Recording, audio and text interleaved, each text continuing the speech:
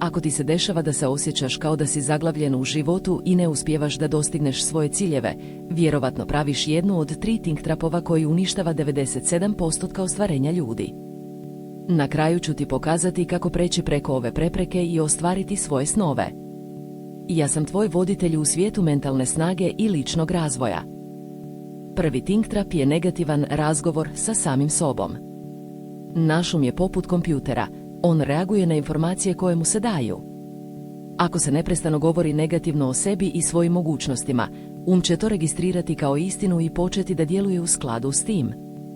Na primjer, ako si stalno govoriš neću to moći, nisam dovoljno dobar ili nikad neću uspjeti, tvoj će to shvatiti kao stvarnost i tvoji ciljevi će biti uvijek van domašaja. Drugi think trap je strah od neuspjeha. Ljudi su često toliko prestravljeni neuspjehom da se uopće ne usuđuju pokušati nešto novo. Ali, neuspjeh je dio učenja i rastanja. Bez neuspjeha ne bismo mogli naučiti nove stvari i poboljšati se. Na primjer, poznati američki investitor jednom je rekao da je imao više od 300 neuspjelih poslovnih ideja prije nego što je postigao uspjeh. Treći think trap je uspoređivanje sa drugima. Ljudi su često skloni da se uspoređuju sa drugima i da se osjećaju nedostojnima ili manje vrijednima. Ali, to je potpuno pogrešan pristup. Svaki čovjek ima svoj jedinstveni put i svoje posebne talente. Usporedbe sa drugima samo će te odvratiti od tvog cilja i učiniti te nesretnim.